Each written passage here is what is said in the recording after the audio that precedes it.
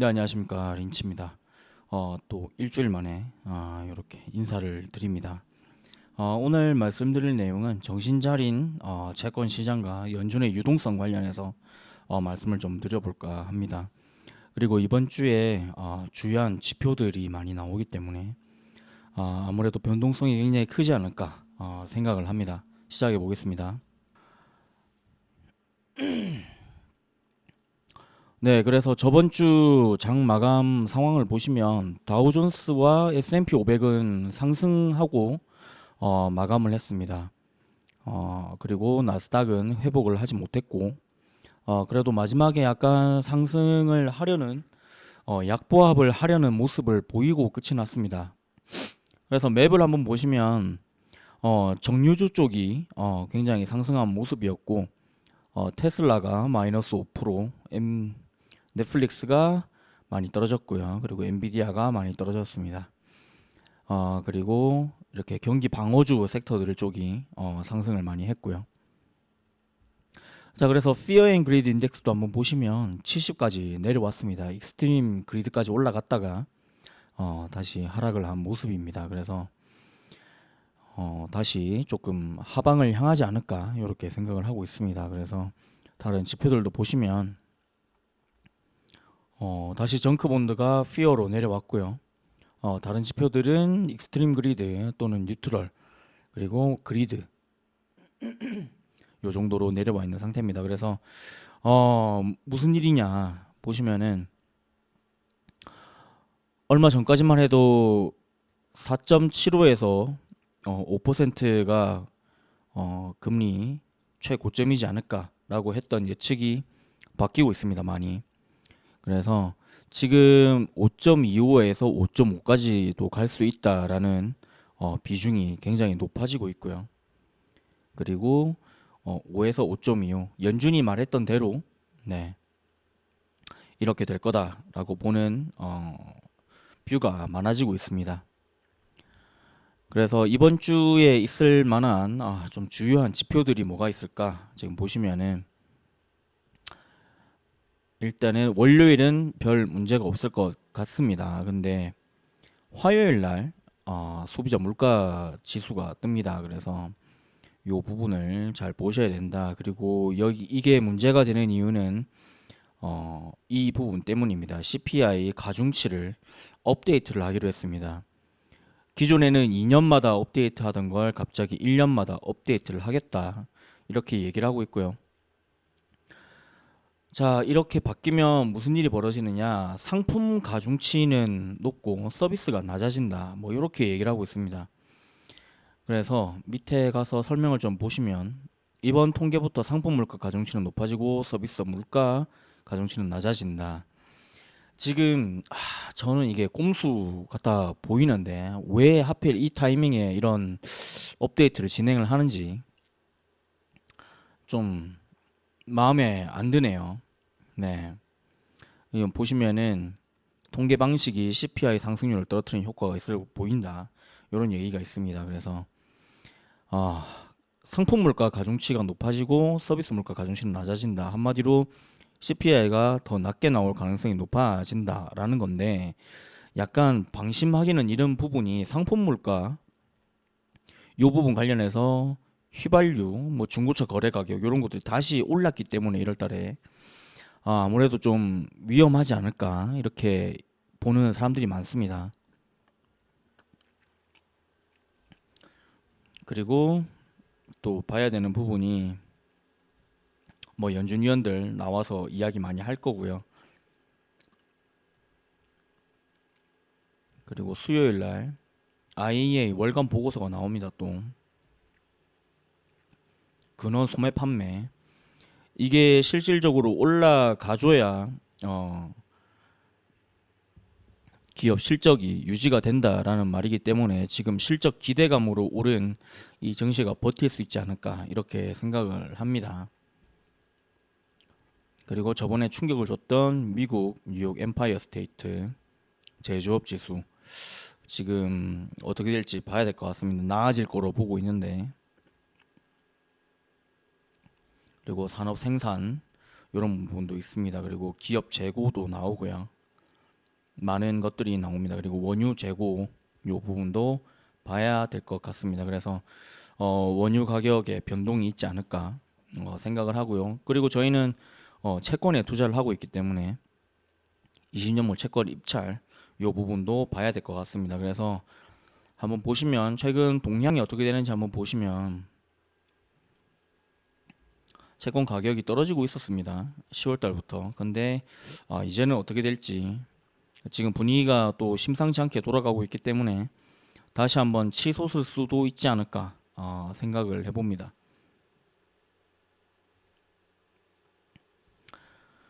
네, 그리고 더 보시면 네, 목요일 날 PPI도 나오고요. 건축 승인 건수 뭐 이런 거 나오고 네, 이렇게 신규 실업수당 청구 건수 또 나옵니다. 이것도 보셔야 되고요. 그리고 PPI 아까 말씀드렸었고 그리고 최근에 보일에 관심이 좀 있으신 분들 많으실 것 같습니다. 천연가스. 그래서 천연가스 재고량 요 부분도 좀 보셔야 될 것 같고요. 네, 그리고 드디어 이제 한물 가셨지만 그래도 매파였던 블라드 형님이 다시 돌아오십니다. 그래서 이야기를 하시는데 무슨 이야기를 할지 시장에 영향을 미칠지 좀 봐야 될 것 같습니다. 그리고 금요일 날 수출 수입 물가 지수가 나오게 됩니다. 요것도 보셔야 될 것 같습니다. 그래서 프레드에서 나오는 여러 지표들 중에서 제가 굉장히 자주 말씀드리고 중요하다라고 말씀을 드리는 부분이 바로 이 부분인데 실업률과 자연 실업률입니다. 네, 파란색 선이 실업률이고 빨간색 선이 자연 실업률입니다. 자연 실업률이라는 게 한마디로 인플레이션을 발생시키지 않는 자연적인 실업률이라는 뜻이고요. 지금 데이터를 보시면 자연 실업률 밑으로 왔다가 연준이 긴축을 시작을 하면 무조건 경기 침체가 발생했던 것을 보실 수가 있습니다. 이렇게 회색 음영이 들어가 있는 부분이 경기 침체 구간인데 정말 신기하게도 네, 실업률이 자연 실업률 밑으로 갔다가 침체가 발생하는 것을 보실 수가 있습니다. 그래서 저는 이번에 사이클 마지막은 경기 침체로 끝이 날 거다 이렇게 생각을 하고 있고요. 최근에 장이 굉장히 좋았던 이유가 있는데 이 부분도 영향이 있을 거라고 생각을 합니다. 각 중앙은행의 대표 중앙은행의 대차 대조표입니다. 지금 보시면 파란색 선이 미국 그리고 초록색 선이 유럽 그리고 빨간색 선이 일본입니다. 미국과 유럽은 착실하게 대차 대조표를 줄여 나가고 있습니다. 근데 일본의 행태를 보시면 네, 여전히 돈을 늘리고 있다. 다시 최근에 엄청 늘리고 있다. 이렇게 보시면 될 것 같습니다. 이 부분이 아무래도 전체적인 미국 경제의 유동성이 풀리면서 약간 완화되지 않았나 뭐 이런 생각도 해보고요. 만약에 4월 달에 BOJ 총재가 바뀌게 된다면 요 뒤에서 다룰 내용이긴 한데요. 만약에 긴축을 시작을 하게 된다. 만약에 대차 대조표를 줄이기 시작을 한다. 그러면 대재앙이 벌어질 수 있다. 이렇게 말씀을 드리겠습니다. 그리고 지금 보시는 거는 미국 내에 미국 연준 관련해서 말씀을 좀 드리겠습니다. 지금 보여드리는 거는 연준의 대차 대조표 밸런스 시트이죠. 여기서 일부가 TGA라는 계좌가 있고 그리고 여기에 RRP 계좌가 있습니다. 네. 실질 유동성이라는 거에 대해서 이야기를 좀 드려볼 건데요. 한마디로 연준의 대차 대조표에서 TGA 같은 경우는 TGA가 트레저리 제너럴 어카운트라는 계좌입니다. 한마디로 재무부가 홀딩하고 있는 돈이란 뜻이고요. RRP는 리버스 레포 그 계좌입니다. 그래서 연준이 긴축을 하고 있기 때문에 RRP 계좌에 바깥에 있는 은행에서 돈을 집어넣는 형태고요. 지금은 긴축을 하고 있기 때문에 그렇게 흘러가고 있는 거죠. RRP 계좌에 돈을 내고 돈을 넣어놓고 거기에서 이자를 받아먹고 있는 겁니다. 은행이. 네. 그러고 있는 상황이고 여기는 재무부입니다. 재무부에서 돈을 쓸 돈도 없죠, 이제. 네. 지금 이 돈이 묶여 있는 상황이기 때문에 총 대차 대조표에서 요 부분을 빼면 실질적인 유동성이 어떻게 되는지 확인을 하실 수가 있습니다. 지금 그래서 제가 계산을 해놓은 게 파란색 선이고요. 빨간색 선은 윌셔 5000 토탈 마켓 풀캡 인덱스입니다. S&P 500이나 나스닥을 가지고 오면 좋을 것 같은데 프레드에서는 좀 지원을 안 하기 때문에 S&P 500 같은 경우도 굉장히 짧은 구간만 제공을 하기 때문에 윌셔 5000으로 들고 왔습니다. 그래서 전체적인 흐름만 보시면 될 것 같습니다. 그래서 최근 10월 달부터 이렇게 올라갔죠. 근데 지금 파란색 선인 실질 유동성을 보시면 이렇게 흘러갑니다. 풀리고 있다가 여기가 네, 경계 지점이죠. 이때가 작년 2021년 연말입니다. 2021년 연말부터 유동성이 줄기 시작을 했다. 이렇게 이야기를 하고 있고요. 근데 주식 시장의 흐름과 이 유동성의 흐름을 좀 보시면 굉장히 비슷하게 흘러갑니다. 근데 중간중간 쭉정이처럼 튀어나오는 구간이 있습니다. 이렇게. 네. 지금 요 구간들이죠. 근데 보시면 굉장히 상관관계가 높습니다. 유동성 없이 주식시장이 오른다. 이거는 버블이다. 저는 생각을 하고요. 요 지점에서는 적정 수준까지 내려왔었다. 이렇게 말씀을 드리고요. 그리고 유동성이 약간 올라가서 이까지 올라간 거는 인정을 하겠습니다. 근데 오히려 유동성이 하락을 하고 있는데 주가는 오히려 반등을 해버렸다. 다이버전스가 나온 상황이죠. 다른 방향을 보고 있다. 한마디로 주식시장에서 유동성이 더 사라지고 있는데 네, 주식시장의 가격은 올랐다. 저는 그래서 이 가격이 주식의 가격이 지금 현재 네, 적정 수준까지 내려올 거다라고 생각을 하고 있습니다. 그래서 보시면 네, 더 밑에 있죠. 전 저점보다 더 밑에 있는 상황입니다. 그래서 지금 연준이 금리 인하를 하거나 유동성을 풀지 않으면 주가는 더 내려갈 수밖에 없다라고 생각을 하고 있고요. 그리고 앞서 말씀드렸다시피 네, 경기 침체가 발생을 할 거다. 저는 이렇게 생각을 하고 있습니다. 네, 여기까지 말씀을 드렸었고 그리고 이 부분은 팁스 금리 한마디로 인플레이션이 가중치가 적용이 되어 있는 네, 실질 금리라고 이야기를 하는 팁스 금리를 역으로 뒤집어 놓은 상황입니다. 그래서 지금 보시면은 실질 금리가 10월 달부터 이렇게 조금 네, 이렇게 내려갔다라고 하는 게 맞죠. 뒤집어 놓은 거니까 실질 금리가 내려가면서 주가가 같이 상승을 했다. 이렇게 생각을 하시면 될 것 같습니다. 그래서 팁스 금리를 잘 챙겨 보시는 게 단기적인 움직임을 예측을 하는데 조금 도움이 될 수 있지 않을까 생각을 하고요. 지금 한마디로 실질 금리를 뒤집어 놓았더니 네, 주식시장과 굉장히 비슷한 모양으로 흘러가는 모습을 보실 수가 있습니다. 네.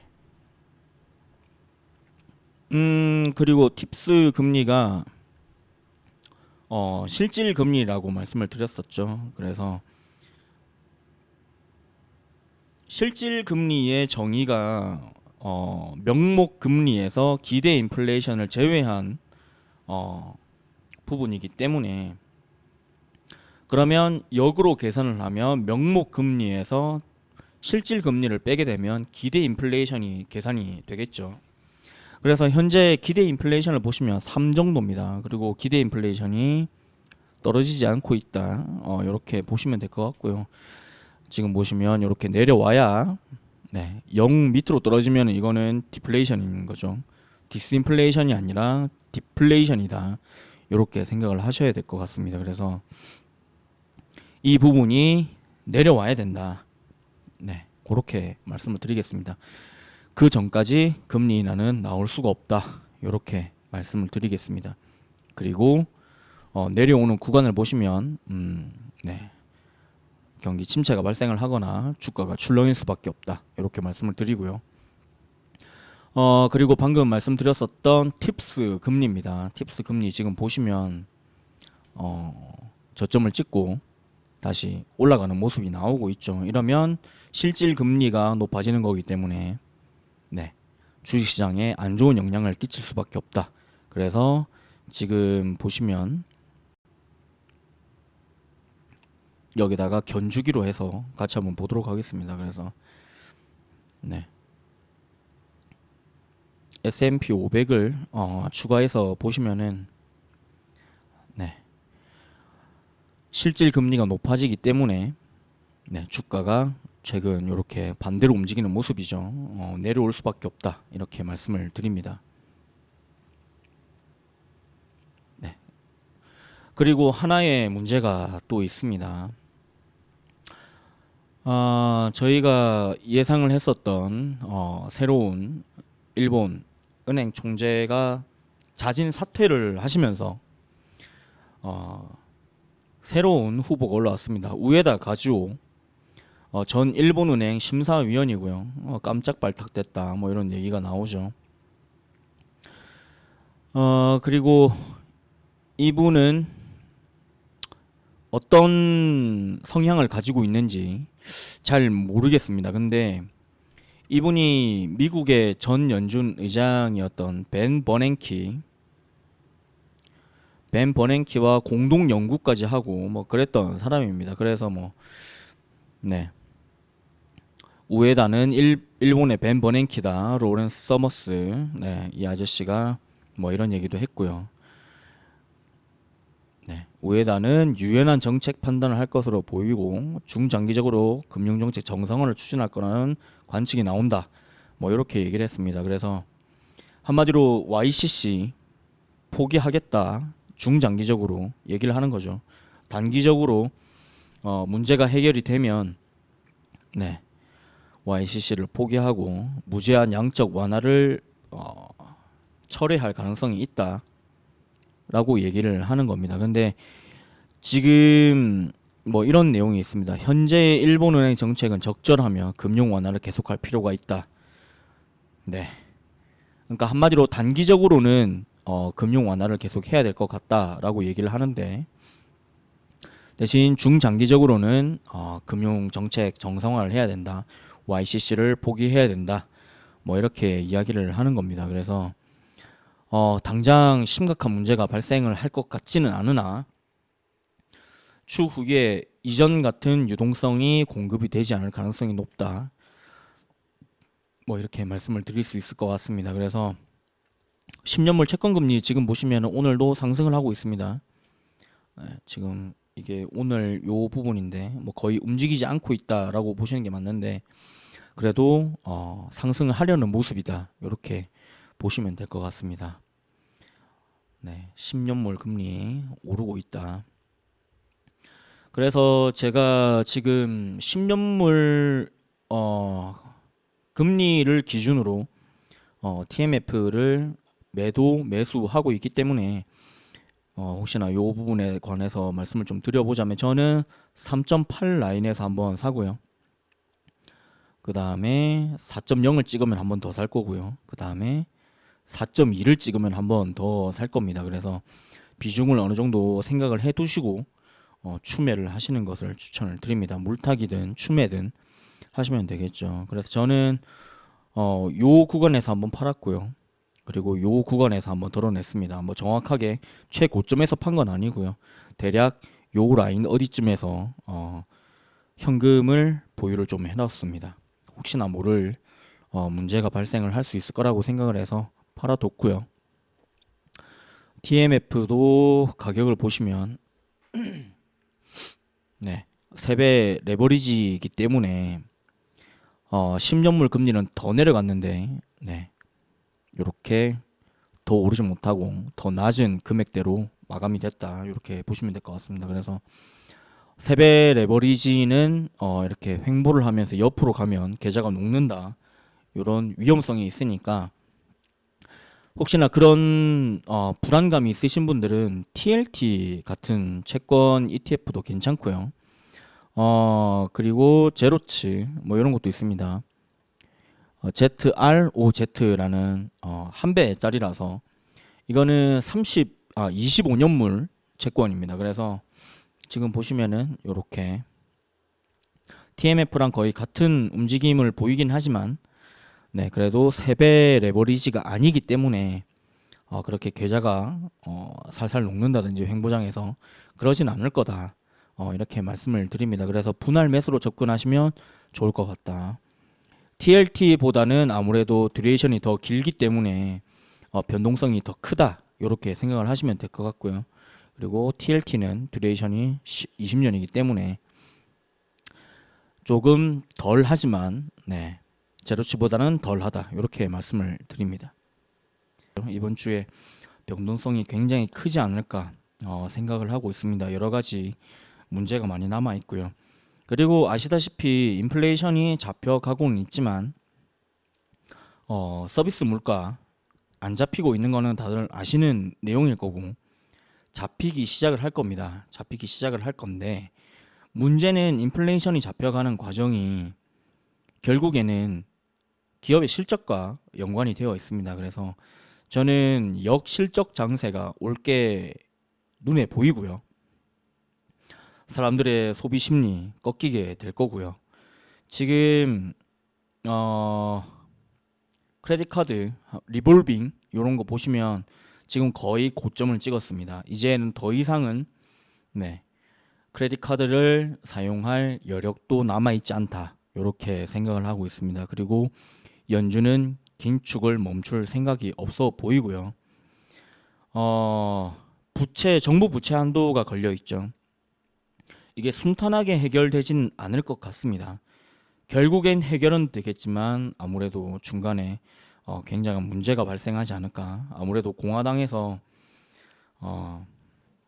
쉽게 그렇게 마이너스 통장을 만들어 주진 않을 거다라고 생각을 하고 있습니다. 만약에 마이너스 통장을 뚫어주게 된다면 긴축을 더 강하게 이어나갈 가능성도 있습니다. 왜냐하면 이자를 낼 능력이 생겼기 때문에 기준금리를 더 높게 가져갈 수도 있을 거다라고 생각은 할 수 있는데 아마도 여기서 멈추지 않을까라고 생각을 합니다.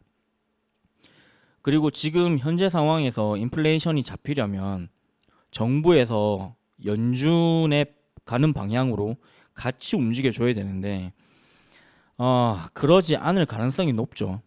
그래서 2차 인플레이션이 발생할 가능성도 염두에 두셔야 될 것 같습니다. 한마디로 2024년에 대선이 또 있죠. 1년밖에 남지 않은 상황에서 과연 민주당 정부가 그냥 넘어가려고 할까? 재선을 포기할 것인가? 요 부분도 생각을 좀 해보셔야 될 것 같습니다. 그래서 연준 의장인 파월에게 압박을 넣어서 금리를 낮추자라고 얘기를 할 수도 있을 것 같고 그러면서 또 유동성을 풀면서 정부 지원책까지 쓰게 되겠죠. 마이너스 통장이 뚫렸으니까 돈을 또 펑펑 쓰면 인플레이션이 또 발생할 수 있지 않을까. 네, 이렇게 생각을 해봅니다. 그리고 중국이 풍선을 날리면서 또 문제가 커지고 있죠. 네. 알래스카랑 그리고 네브래스카 이쪽에서 네, 격추를 시키면서 문제가 또 커지고 있습니다. 중국과 미국의 갈등이 점점 커지고 있는 상황에서 너무 주식시장은 희망적으로 바라보고 있지 않은가 이런 생각을 해봅니다. 네, 오늘 제가 말씀드릴 내용은 여기까지고요. 네, 이번 주 한 주도 무사히 넘길 수 있도록 네, 기도하겠습니다. 감사합니다.